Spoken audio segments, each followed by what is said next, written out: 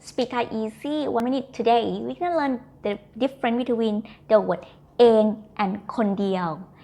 if you want to say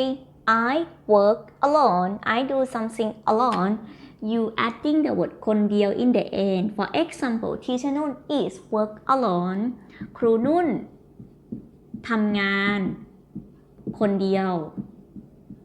ครูนุ่นทำงานคนเดียว teacher Nun is work